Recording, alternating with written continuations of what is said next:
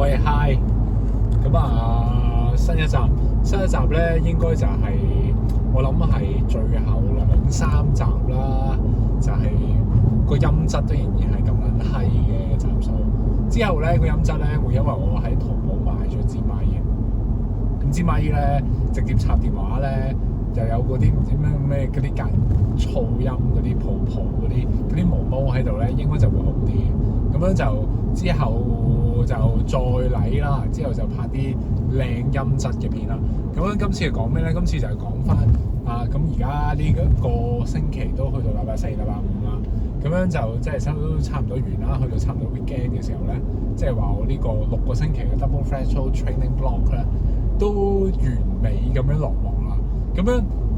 行咗6個星期啦，但係其實實際有做 double threshold training 嘅咧，就只係得3個星期嘅啫。因為我始終都係有份工啦，咁樣我可以做到 double threshold 嘅日子咧，就只不過就係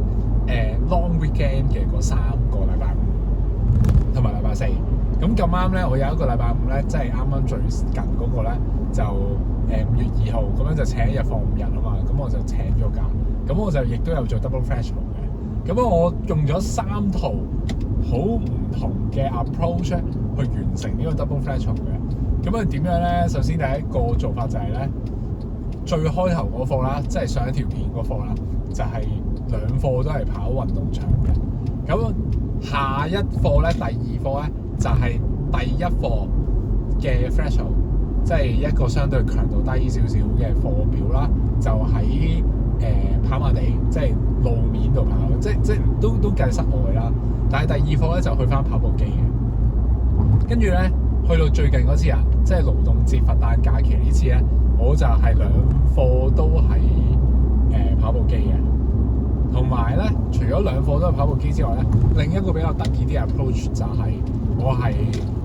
隔咗嘢嘅，即係咧我唔係單人2課。我純粹就係想我嗰2課係喺一個12個鐘頭嘅窗口，一個half day 咧都叫做半日啦嘅window 入面咧就完成晒佢。咁所以咧嚴格嚟講就係我都喺同一日嘅。其實我都係同一個24小時內完成咗2課，喺我 LT1 至 LT2 之間嘅強度嘅。咁所以咧都唔可以話唔係 double threshold 嘅。咁樣經過咗呢幾個唔同嘅實驗之後咧，我都得出咗啲結論嘅。咁講咗嗰個執行性先。咁我呢個執行性就上一條片就講咗好多啦。咁我都基本上都好肯定就係咧，普通打工仔或者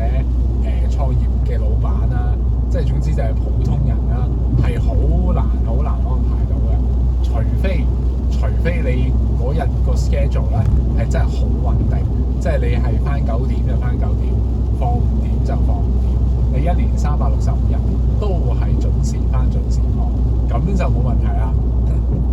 仲要就係咧，你係偏早收喎，即係你朝9晚5喎，你唔係朝9晚6或者朝9晚6點半嗰啲喎，你唔係咁樣喎，咁就會容易啲咯。同埋咧，如果你返 floating 嘅話咧，咁你都要好自律啦。你唔一定要話早返早放，但係你一定要係返8個鐘就8個鐘，9個鐘就9個鐘，就冇得話係 OT 少少啊或者點樣，完全冇空間。咁你就係啦，要睇下你自己夠唔夠自律啦，或者個時間夠唔夠穩定。咁第二樣嘢就係個 recovery 嗰方面啦。其實咧單日2課定係隔咗嘢再2課咧，其實我自己覺得咧個 recovery 個程度就梗係隔咗嘢會好啲啦。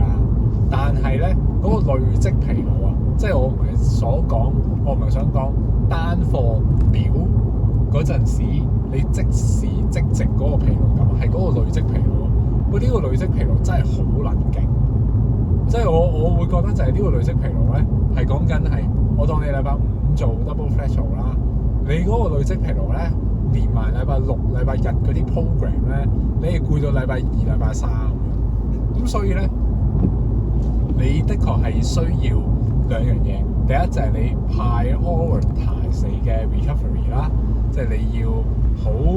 優先去處理你嘅 recovery。第二件事就係你要自律，同埋你嗰個自律性咧係可以 support 到你係瞓覺就瞓覺，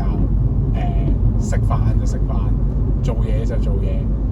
你喺 office 做嘢坐 office 咧就唔計 recovery 嘅，但係咧如果你係有得食完飯 take 個 nap，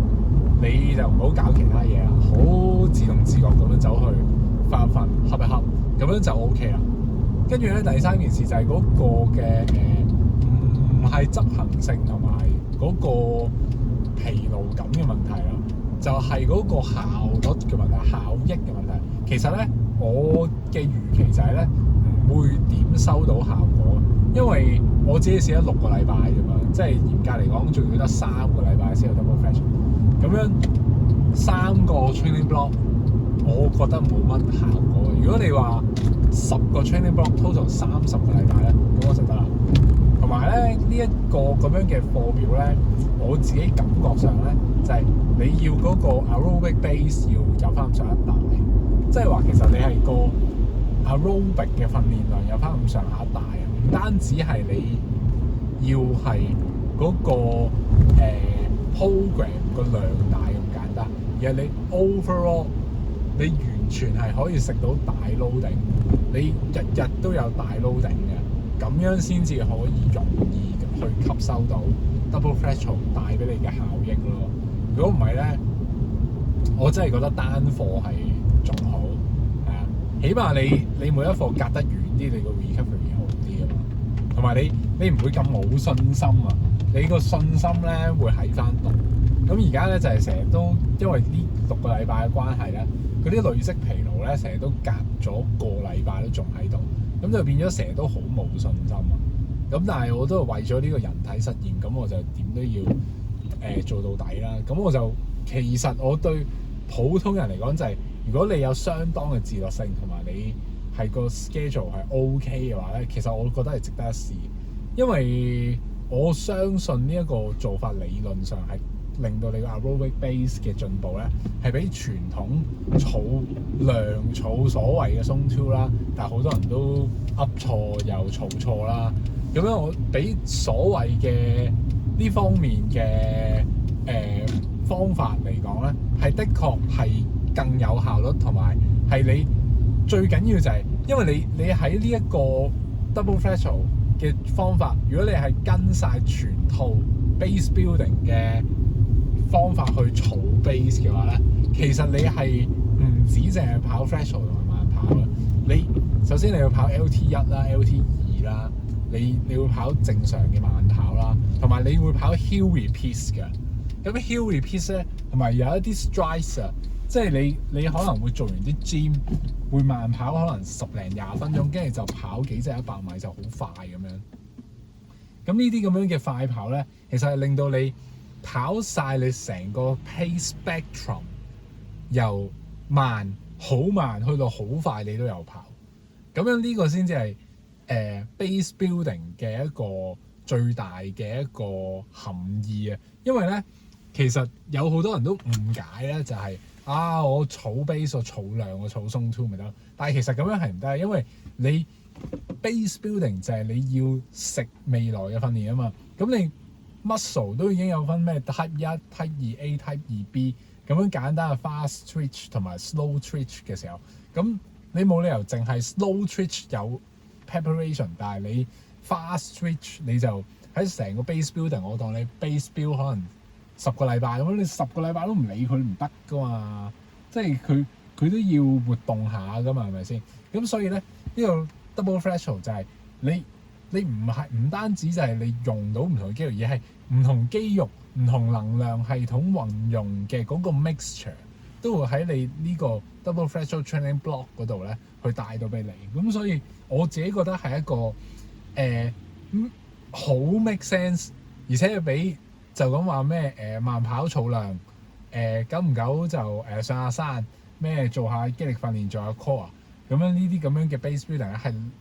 make sense 更多，係 make sense 好多。咁所以其實我都覺得就係大家個 idea 可以攞嘅，即係其實你可能做緊 base building 打緊底嘅時候，其實你有時都要跑下 tempo 啊，有時跑下一啲 VO2 max 強度嘅 interval， 同埋一啲 strides 啊，可能真係跑一啲 hill repeats 啊，但係啲 hill repeats 可能真係10秒、15秒，長極都係30秒咁樣，但係你真係要快衝上去嘅 hill repeats 或者係平地嘅 strides 咯。咁我覺得係佢帶咗個 idea 俾大家，就係唔係咁單一嘅，即係跑步唔係咁單一嘅。咁樣我最後想講就係我覺得呢一個咁樣嘅練法咧，係風險係大嘅，受傷風險係大嘅，因為始終個量大啦，強度個比例高啦，同埋佢咁樣 treat 下咧，佢令到你所謂嘅80-20法則咧，其實已經完全唔啱用啦。其實我成日都同好多唔同嘅人講就係，其實你行唔同嘅 model 咧，係有唔同嘅嗰個慢跑、快跑量嘅分佈。咁如果按照我呢一個咁樣嘅 double threshold 嘅 training block 嘅比例嚟講咧，其實慢或者係 zone 2啦，我計埋游水同單車啦，所謂嘅呢個喺一個相對低強度嘅課表，我定義做 LT1 以下啦。因為而家最主流，亦都係唔好話最主流，應該係話統一咗嘅 zone 2定義就係 LT1 啊嘛。咁咧 LT1 以下就低強度。咁呢啲 low intensity 嘅量咧，我諗真係得6成至6成半啦。咁但係你話快跑速度嘅比例咧，又可能得1成都未必有。但係 threshold 即係 LT1 以上去到 LT2 之間嘅呢啲咁樣嘅強度咧，就真係佔咗成3成咯。咁就變咗就係你係6、3、4。如果你中強度都叫做高強度，因為啲人要叫中高強度，咁就變咗係60-40嘅比例，或者係65-35嘅比例，咁樣就已經唔係80-20啦。所以80-20咧，絕對唔係鐵板一塊，唔係一個 rule of thumbs，唔係一個金科玉律嚟嘅，係好視乎你嗰個 system 係乜嘢嘅 system， 或者係你呢個教練俾你嘅呢套 training program， 佢背後嘅嗰個 theory 嗰個 background 係究竟係啲乜嘢。咁所以我會覺得佢俾嗰個 sense 大家就係，其實你首先就係唔係齋儲某啲嘅強度啦，亦都唔係話某一個比例即係 optimum， 即係你唔會話80-20就一定要係最少都75-25啦，或者係有時可能都會85-15咁樣，就唔係咁樣咯，係啊，而係佢話咗俾你聽，即係而家最主流嘅精英運動員嘅練法咧，就係唔再係80-20咯，佢就話咗俾你聽咁樣。咁所以我覺得大家係要 open mind 啲咯，同埋可能有時真係要學多啲嘢，因為個世界真係日新月異嘅，即係而家有 AI 又有成咁樣。我自己都好多時都會問 group 究竟我呢個咁樣嘅 double threshold 嘅 arrangement 係啱唔啱咧？make 唔 make sense 咧？或者係計翻個 training load 個訓練負荷會唔會太大咧？我都會問。咁同埋最後一個題外話就係你啲手錶咧，加文錶咧係 support 唔到呢一個咁樣計法，佢會亂晒啊！啲 data 咧係你個 threshold 個 heart rate 會升到勁高啊，同埋你嗰個 pace threshold pace 咧會升到好快，which is 就係你係唔會有可能係跟嗰個 pace 嘅，因為我而家隻錶咧已經話我係187心跳3分49 per k 先至係 lactate threshold。咁呢個係 LT2 啦，可能佢計咗4個 millimole 啦。咁4個 millimole 我哋唔會跑4 millimole，我哋跑3.5 millimole，咁所以肯定唔係3分47咯，應該係3分55或者3分56咁樣咯。咁所以就係啦，隻錶會俾你搞亂嘅，咁所以大家要好小心去控制你個強度。點樣控制個強度，或者係背後個邏輯，我上一條片都講咗啦。咁可以翻去上一條片睇。咁今次講到呢度先，下次再見，拜拜。